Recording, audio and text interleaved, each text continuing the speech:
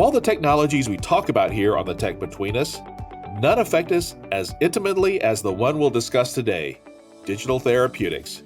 Healthcare has been undergoing a digital transformation for many years, but it's been accelerated over the last few years because of the pandemic. Digital healthcare options such as telemedicine are now commonplace, and frankly, sometimes even preferred over face-to-face visits. So many aspects of healthcare have gone digital and have been integrated into daily life. Think connected devices like insulin pumps, blood glucose meters, and your own wearable device that sends data back to a central unified system. Big Brother with a stethoscope, if you will. To explore this exciting new field of healthcare, I'm talking today with Dr. Smit Patel, Associate Director at the Digital Medicine Society. Hi, Smit. Welcome to The Tech Between Us. Hi, Roman. Thanks for having me. To start us off, can you tell us a little bit about what you guys do at the Digital Medicine Society? There's a lot we can do. Before I say what we do, I think I might jump into really quickly on why we do it and frame it in terms of why we were established in the first place. We are a global nonprofit dedicated at advancing ethical, effective, safe, and equitable use of digital tools to optimize and better our health and health outcomes. So essentially, as we were founded in 2019, right before pandemic, we were seeing this digitization of healthcare all across the board. Individuals are using digital tools. However, there were staggering challenges when we think about in the healthcare space. We saw new streams of data coming out with these various digital tools, a lot of organizations not knowing what to do with. We saw aggravating health equity concerns where tech tools were being developed, like a PPG monitor that was working great for individuals with lighter skin, but Duke Big Labs University found that it was not that accurate from the validation verification for individuals with lighter skin. So just aggravating concerns over health equity, developments that was rampant with no considerations of equity when we think about AI/ML tools and siloed, fragmented healthcare systems where payment infrastructures are still hard and yet to be determined when it comes to evidence assessment between these tools. And then last but not the least, how do we even define these various tools as they're building? How can we make sure every stakeholder across the industry speaking the same language? So there was a lot of things happening. Healthcare was full of shift at that time when we digitized. Those problems are not different a few years ago, but rather what was different is we now have the tools of digital that we can use in our power. With COVID pandemic, shift in how people started using various tools and change of care that came with COVID was pretty significant. The shift came from individuals going to hospital to the now care being designed around individuals, around their homes, around their work settings, was much more personalized care. Exactly. And that's where Dime came in as this global nonprofit who sits right at the intersection of health and technology.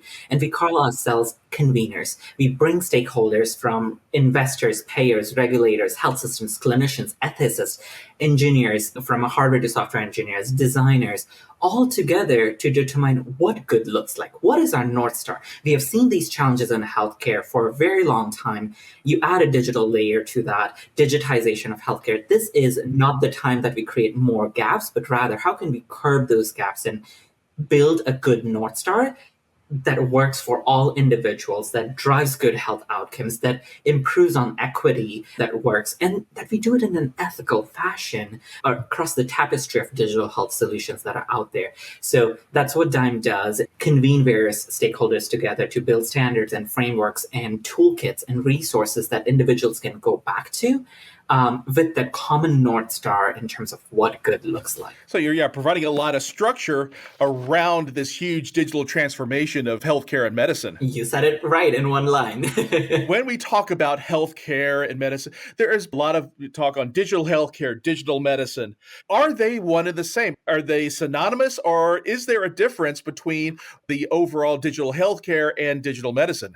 Really good question, and I think we get this a lot. So when Dime founded, one of the first things we did in a collaborative setting from our strategic advisor or leadership is to essentially put down a few thoughts around what entails a digital health versus medicine versus therapeutics. So if we think about digital health, which is like this largest category that includes technologies, platforms, health systems, that essentially engage consumers, that has some kind of a lifestyle, wellness, or healthcare related measurements where there is a capture of a data, storage of a data, transmission of a data to help clinical operations, maybe health operations in a wellness setting. But those are not the ones which are regulated. Those are not the ones that needs evidence-based clinical studies, are categorized as this large digital health category. Right. So let's take an example. Fitbit or Apple Watch, which everyone knows about, is this digital health product because it's a consumer product. Sure. Yep. They don't claim that they are doing anything other than wellness and prevention. So that falls under digital health. They are clinical decision supports in digital health categories. They are health system supports. They are health IT technology, HIT, and consumer health exchange information infrastructure. Those all falls under the digital health. Okay. When we talk about digital medicine, it becomes a little specific. So digital medicine is essentially evidence-based software and or hardware product that essentially can measure or intervene in some or the other kind of human related measurements. So think about if I'm wearing a Fitbit or an Apple Watch, a wearable sensor or a connected sensor product, which measures say my sleeping activity, my physical activity, those becomes now a smaller subset, which is a digital medicine product. When something is a digital medicine product, it is a measurement product that gives objective data using a hardware or software tech component, but has some evidence needed for it. You can't say, oh, and a software app on my Apple Store is going to measure my sleep if I keep it 500 meters away. There are accurate measurement criteria that goes under it, verification and validation that goes under it. That becomes a digital medicine product. And there are implications on regulatory side for digital biomarkers. We talk about Fitbit and Apple Watch. Right now in the field, from a clinical side, Parkinson's, we have seen over 30 years, there has been multiple drugs that have came down to the market for Parkinson's. Right. Mm-hmm. Yet there has been not a single drug that has been completely effective because until now we were not able to measure Parkinson patients' activities. When we did some of these studies, we found out that the Parkinson patient, for example, says that for them it's important to have the walking ability. So that becomes a measurement of interest for digital medicine. Hypertrophic cardiomyopathy is like a blockage in the heart that leads to someone not being able to perform daily activities as they want. They want to include or understand a patient's activity. That activity could be number of steps per day. That activity could be how much physical activity they have in one day, in 60 seconds, how many steps a person is taking. Right. Those are critical measurement points that becomes interest for research. And then the walking ability, when used with an accelerator or gyrometer as a tech device, can help with an accelerometer units. Again, I'm talking very research focused, but now an Apple Watch, when used for a Parkinson's patient or an Apple Watch being used, say, in clinical trials, the consumer data now becomes a health data. There are implications to what we are measuring in clinical trials, even though a patient or user is still using the same Apple Watch, but the measurement has changed. We are changing what we are measuring for that patient. Now it's very specific. So now that same Apple Watch or Fitbit has transitioned from a digital health product based on intended use, which was wellness in the common market, Or just fitness. to now more health measurement, to something that has clear implications on regulatory privacy, security, data, becomes a digital medicine product. So really, digital medicine is a subset of digital healthcare. That device is taking the measurements and actually applying them to a regimen or something that is specific to a patient. 100% specific for their disease, their disorder, their physiological function, their behavioral function. That becomes a digital medicine because it has moved beyond fitness. That's how the infrastructure of digital health, which encompasses all tools, to digital medicine, which becomes very specific based on what purpose it has or what purpose that tool has in context to clinical care or clinical research. Okay. So let's take a step down. So how does digital therapeutics fit into the framework of digital medicine? This is a new class of categorization. Digital therapeutics is like a subset of digital medicine. So digital health, digital medicine, and then digital therapeutics, which is a medical intervention when driven by a software that does one or the other things, which is treatment, management, or prevention of a disease or a disorder. Okay. So it is very specific to not measurement like digital medicine, not overall consumer facing like digital health, but rather one that is software driven. It is clinically evaluated and it does treatment, management, or prevention of a disease or disorder. One that can be prescribed or cannot be a prescribed digital therapeutic product. One that can act as a standalone digital therapeutic versus one that can also be connected to a drug or a biologic can become a digital therapeutic product. And there are a few foundational principles for that, and I'm happy to share an example in a second. What constitutes actual digital therapeutic is not only the prevention and management, but also it incorporates the end user. If it's a patient, then end users in the product design and development and the deployment of it. That also incorporates patients' privacy and security measures in place. That also applies or has some kind of trial data that supports the evidence underneath to give you a context is opioid use disorder, for example. It's such a large problem in the US. There are therapies like buprenorphine, drugs that are given for opioid use disorder patients. A digital therapeutic of an opioid use disorder by a company called Pear Therapeutic, it's called Reset-O. It's a DTX product, a buprenorphine-assisted treatment. So someone who is already on a buprenorphine drug is given this DTX therapy, a digital therapy or digital therapeutic that they can take at their home. Essentially, it's a 48-day adjunct treatment where individuals will have cognitive behavioral therapy on their phones or on their laptop where they'll see some videos, they will interact with this digital therapeutic app, software app. And it was found that 71% of patients essentially were craving between 10 p.m. and 7 a.m. opioids when doctors' offices are closed. Right. So what do these opioid OUD patients do? They go back to taking opiates. So that's why digital therapeutics are important, where they can be intervened whenever they want on their phones. They can continue their treatment at their home at their convenience, which is prescribed, which is also has some clinical support or evidence underneath that because it has been tested in clinical trials on how it works for the patient. So the therapeutic is for a specific disease or a specific issue rather than general measurements or general data collection. Correct. It is for treatment or management. I had read that one of the original areas of DTX was diabetes. Is that still a major area? What areas has digital therapeutics branched out into? I wasn't aware of the opioid treatment. It has evolved into multiple areas. As you said, Raymond, it started with diabetes because it was the most common chronic condition that a lot of individuals in America or globally have. It's a wonderful way to have tools, not go to the doctor's office and worry about all the co-payments that comes later. There are multiple therapeutic areas that DTX has matured into and the field has become ready for.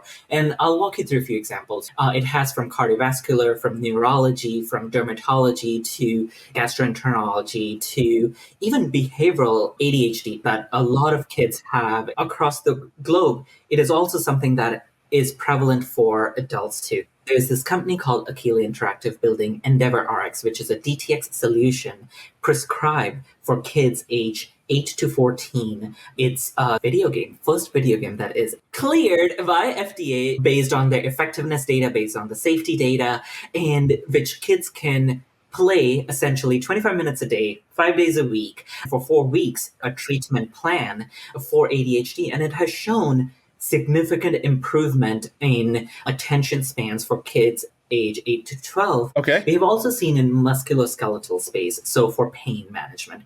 I'll give you 2 examples on pain management, one for musculoskeletal and one for normal addictive pain. Kia Health, which uses motion sensors attached to an individual's body, so an individual can use their phone, keep that in front of wherever they are.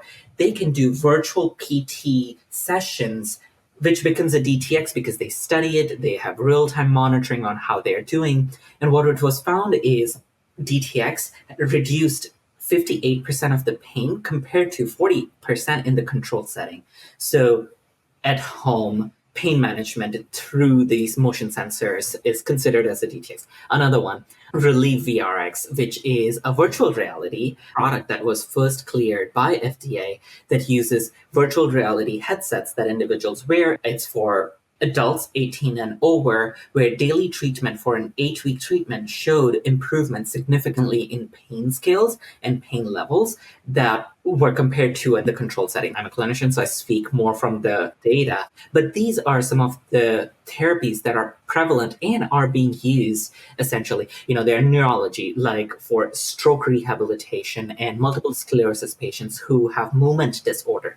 There's a DTX med rhythm uses music and something called as rhythmic auditory stimulation, which is a clinical term that uses music and sensors to essentially help them rehabilitate. There are therapies in smoking cessation, in oncology or cancer care management.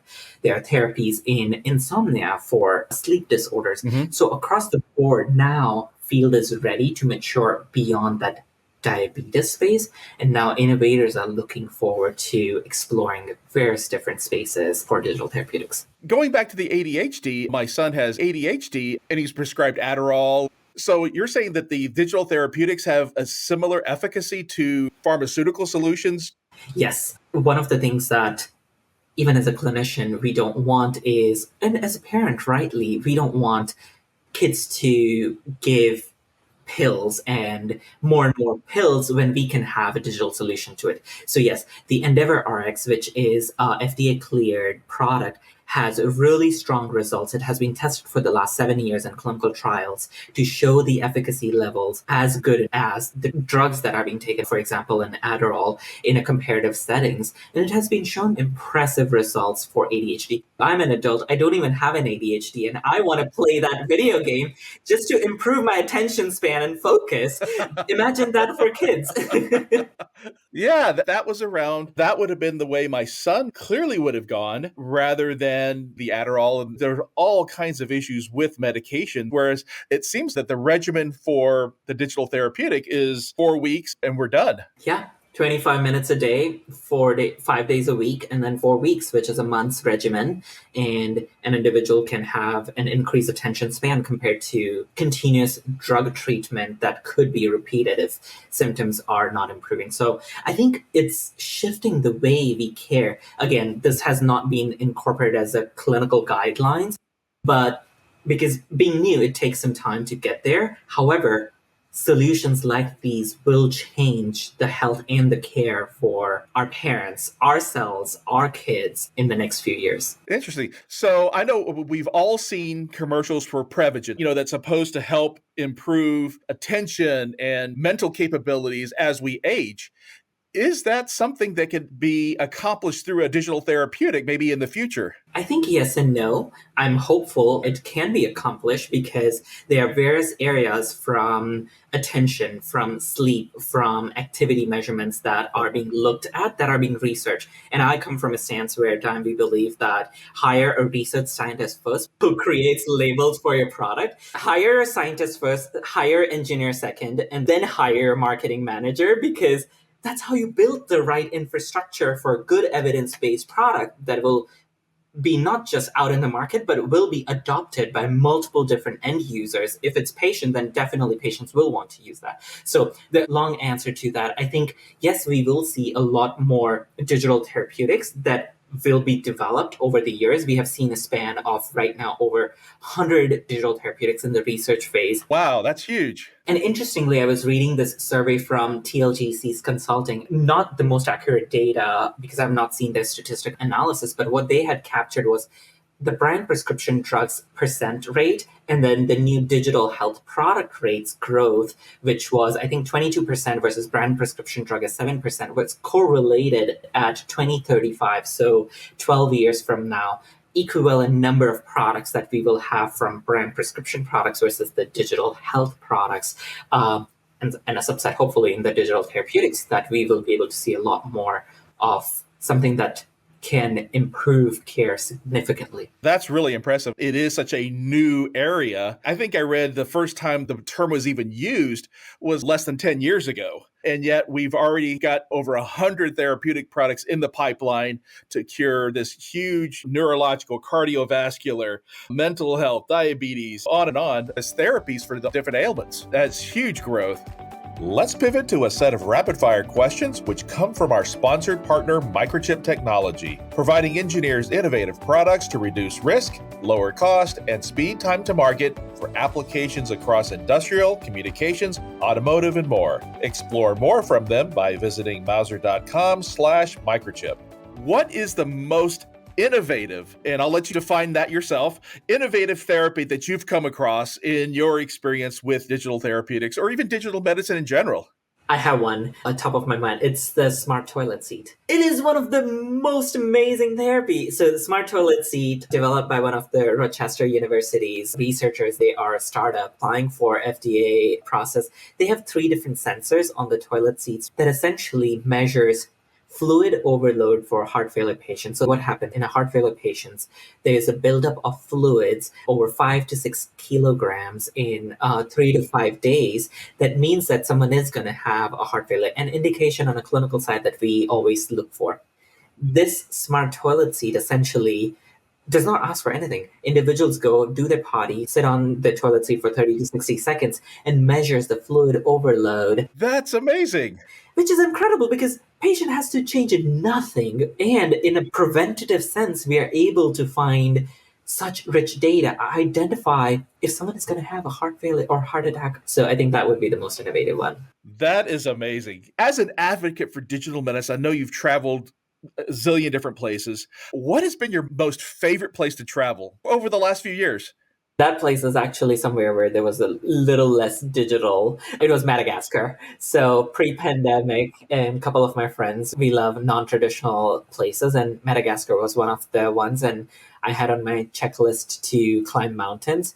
We were on this bay, which is a national park that is very close to a calcite formed, naturally formed mountains where you can do rock climbing. Very dangerous, thrilling experience, and do like night hikes in the rainforest and things like that. So that was my most interesting experience. Sounds like a lot like exercise.